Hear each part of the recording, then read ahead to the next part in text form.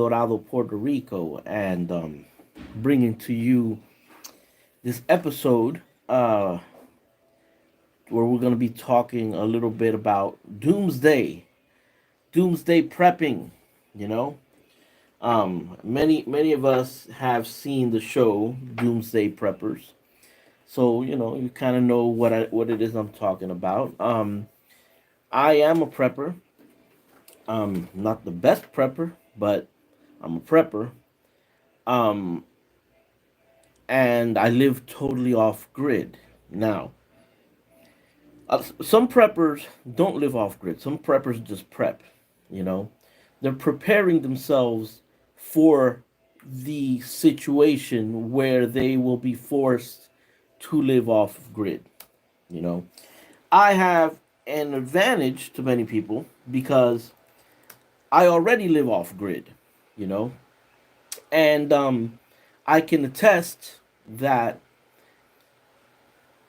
prepping for off grid living is not the same as being off the grid. It's not the same because in my personal experience, I had my let's say my solar system installed way before going off grid.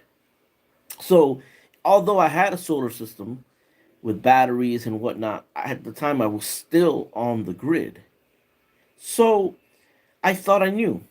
I thought that I knew.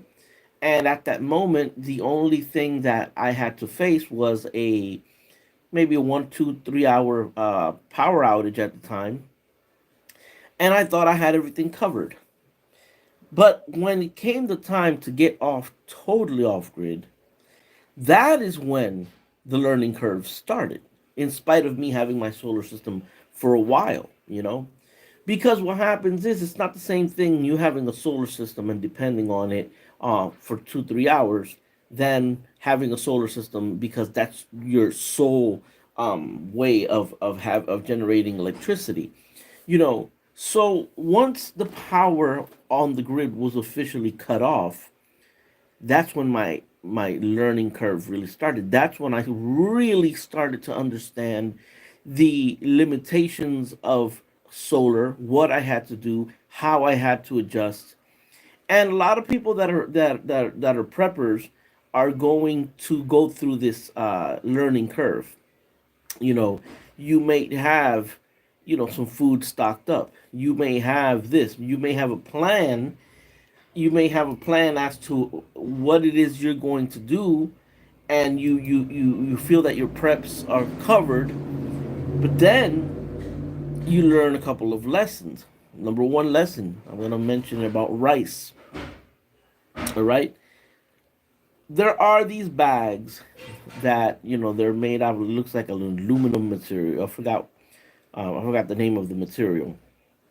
And a lot of people, and I'll probably remember it while we're talking. And so they put these grains, let's say rice in particular, and they put a little packet called an oxygen absorber into the bag. They fold it up. Sometimes they seal it shut, and that is supposed to preserve the rice. Okay, that could work. That could work. If it's done properly, if no oxygen gets in there.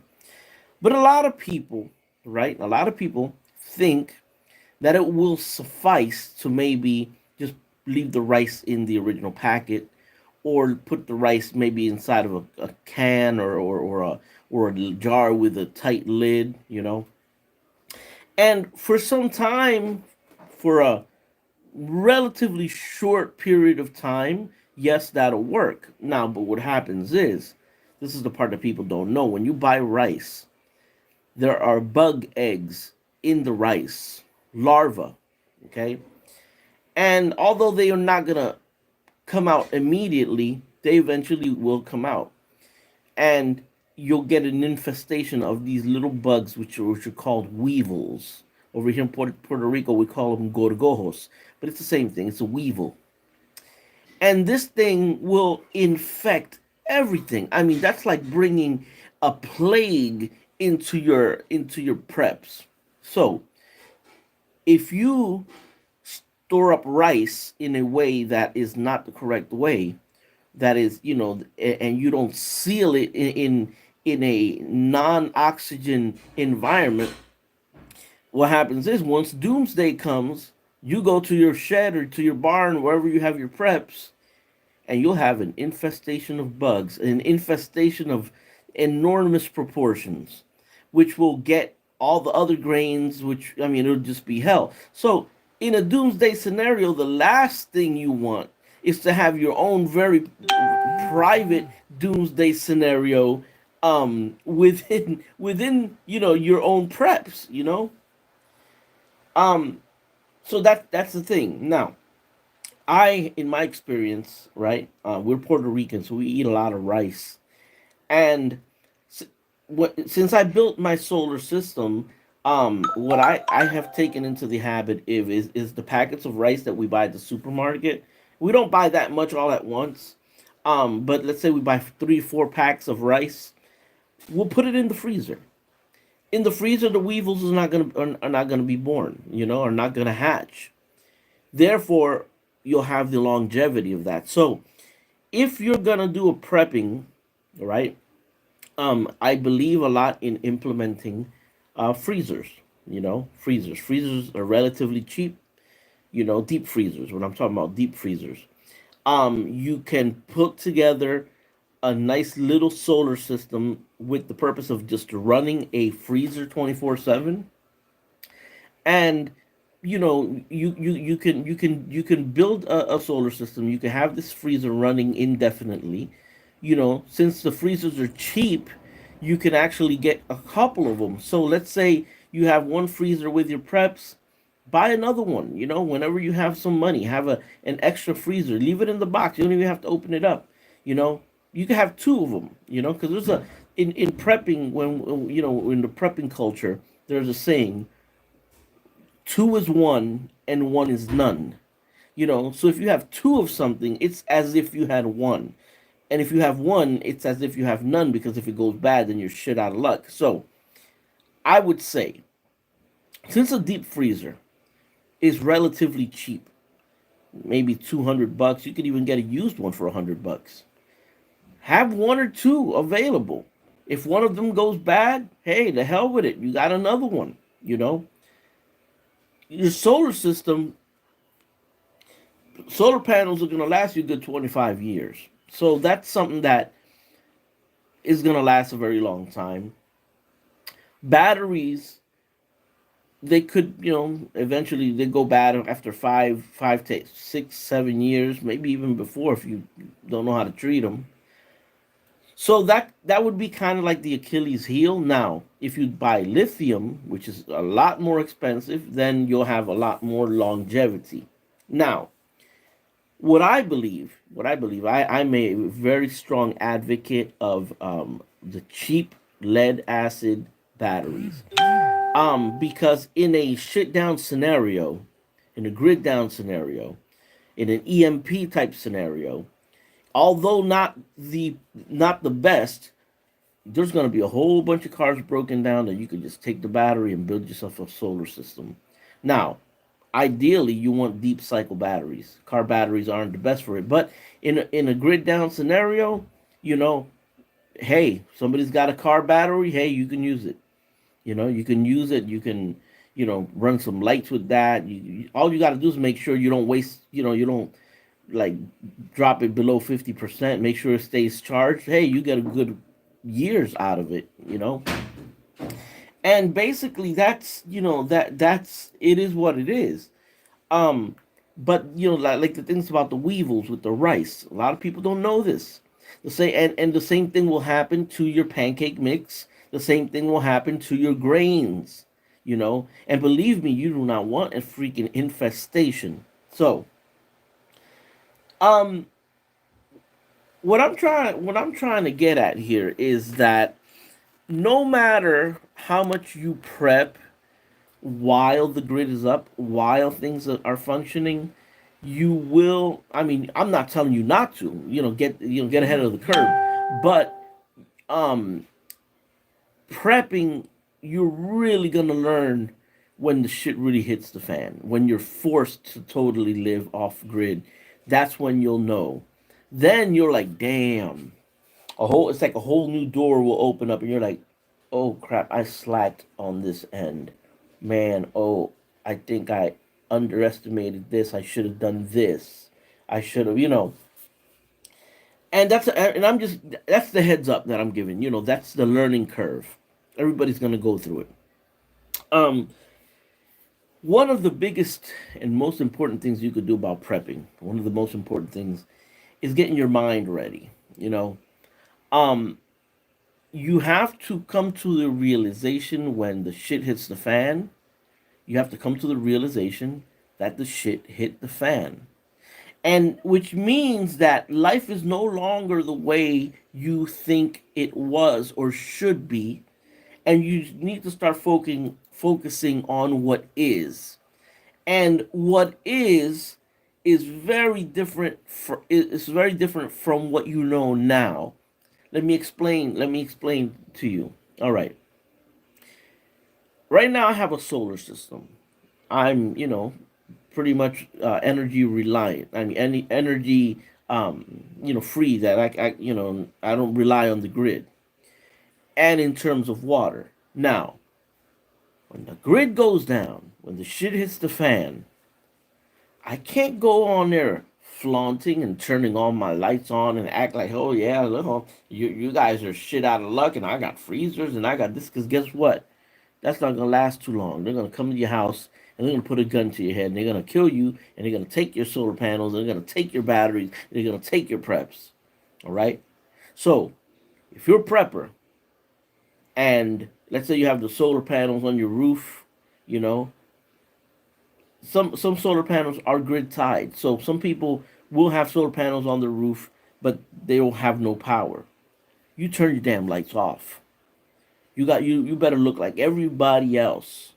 You better adopt the gray man philosophy. And what is the gray man philosophy? Literally that. Walk around unnoticed, like a gray man. In fact, you could wear gray. This is a color that you black, gray, don't attract any kind of attention to yourself. Why? Because that'll be liable to get you killed. All right? You know? Turn your damn lights off. You know? Um, if you're gonna watch TV in the comfort of your own home, you have a fan on all night. Keep those comforts to yourself. Don't tell nobody you got a refrigerator. You know what I mean? When you go out in the public, act like them. Act like you're hungry, even if you're not. Act like you're looking. Ask stupid questions. Hey man, where do you think I could find some water? Even if you have gallons of water, act like you don't. Invest in looking like you're not a prepper. You know, because the moment these people figured out that you have, your target. Your target. So, and that's part of the prepping thing that a lot of people don't realize, because a lot of people say, oh well, I'm a prepper, I'm a doomsday prepper, I have guns, I have this and I have that. And let me tell you, it's better to not even attract the attention. It's like, for example, I'll give you a perfect example. A lot of people, they have surveillance cameras and they put them all in their house. They're outside. Oh, we have surveillance cameras. Okay, if you have them standing out, it is better to have them standing out. Some people say, oh, but you should hide the cameras. No, you don't want to hide the cameras. You want the thief to know that you have surveillance, because then they won't even engage your house. Now, if you have your cameras hidden, then they don't know, then they feel safe, then they break in. Okay, they find out that you have cameras afterwards, after they broke in your house. So what you want to do is you want to prevent them from even going in your house in the first place. You know, and it's all in how you see these things. It's all in how you see it. You know, so best thing to have is, yeah, you got cameras. Make sure the thief can see the cameras 10 miles away. Because guess what? Guess what? That means that that person knows that if they come towards your house, you're gonna see them coming, and they'll just stay away. You avoided an entire problem by posting up signs. You know. That's a good thing. Let's say you're an old lady, and you live by yourself, and you're vulnerable. Put out a sign. Put out a sign in your property that says trespassers will be shot. It's bullshit. You don't even have a gun, but that's not the point.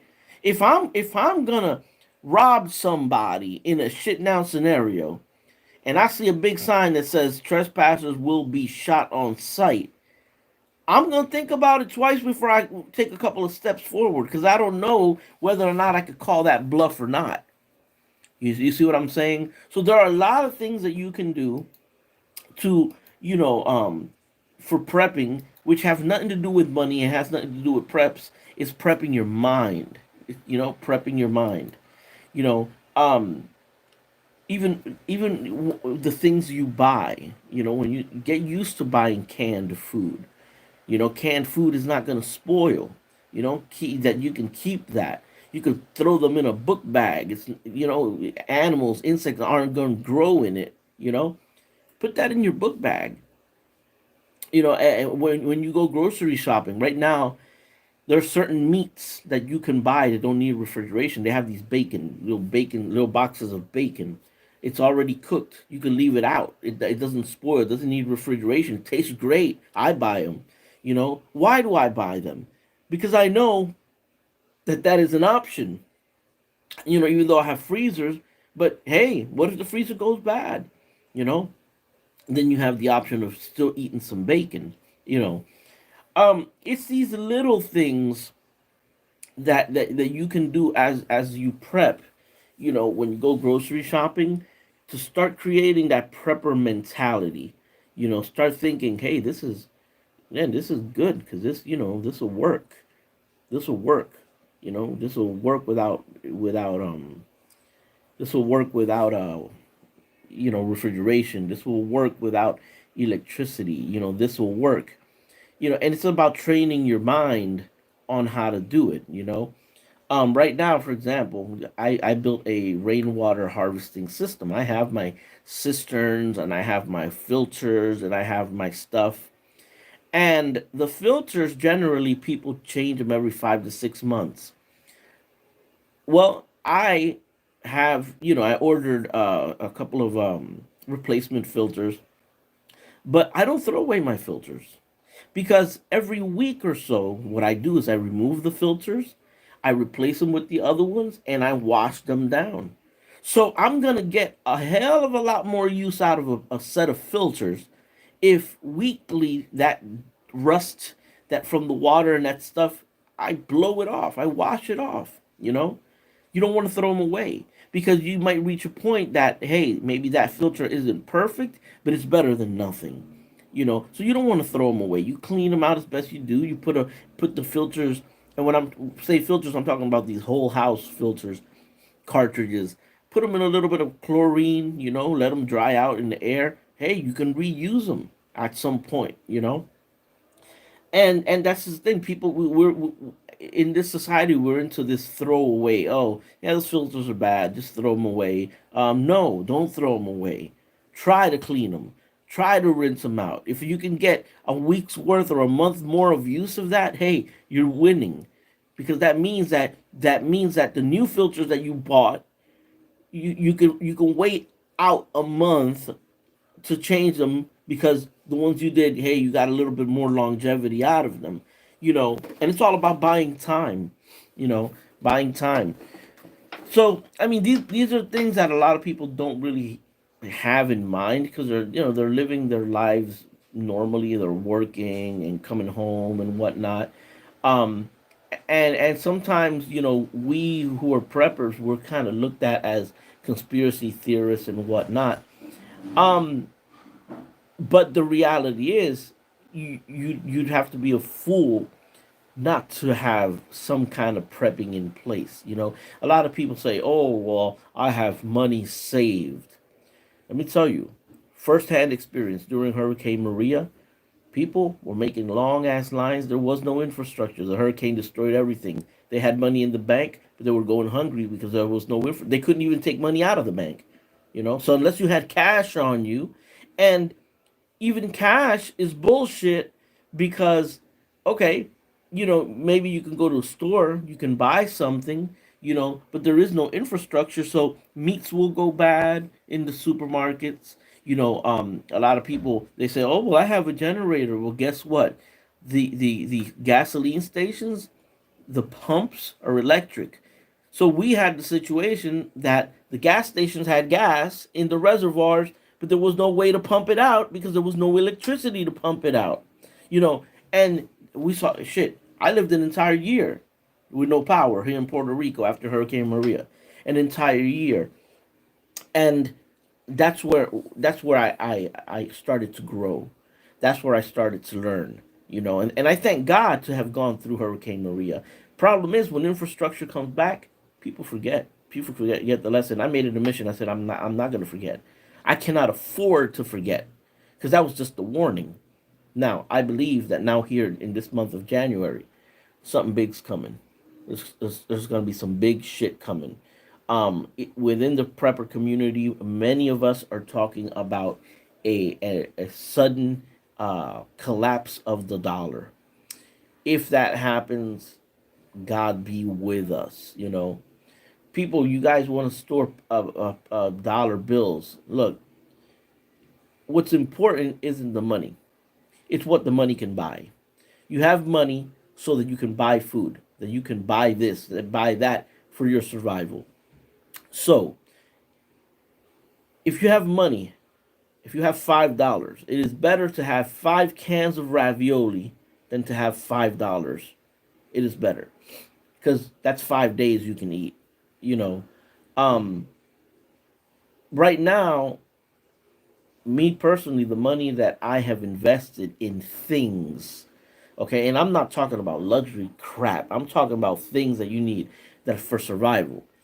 Um, like I'll give you an example. One of my cisterns, the new 410 gallon cistern, I paid $400 for that thing. But guess what? Had I not spent $400 on that huge cistern, I would have already spent the $400, and right now I wouldn't have the cistern or the $400. Because money, when you don't use the money for something, it'll just like dissipate. But right now I know where those $400 are. They're outside in the form of a cistern that is serving me, that is working for me for God knows how long. And after many years of usage, if I decide to move somewhere else, I could sell it and still get back at least half of what I invested in it. And it's just a cistern, it's an investment, you know. A battery, when I buy a battery for my solar system, yeah, maybe batteries about 100 something dollars each. But for the next 5 6 years, that battery will be saving me more than $200 a month for 5 years. Why? Because I am not on the grid. I don't have to pay the grid because that little battery is doing what the grid did. You're saving money. It's an investment. And shit, at the end of the day, when the battery goes bad, you take it to Advanced Auto Parts and they give you a credit of $22 for it. That's what I'm telling you. Things. It's good to have things.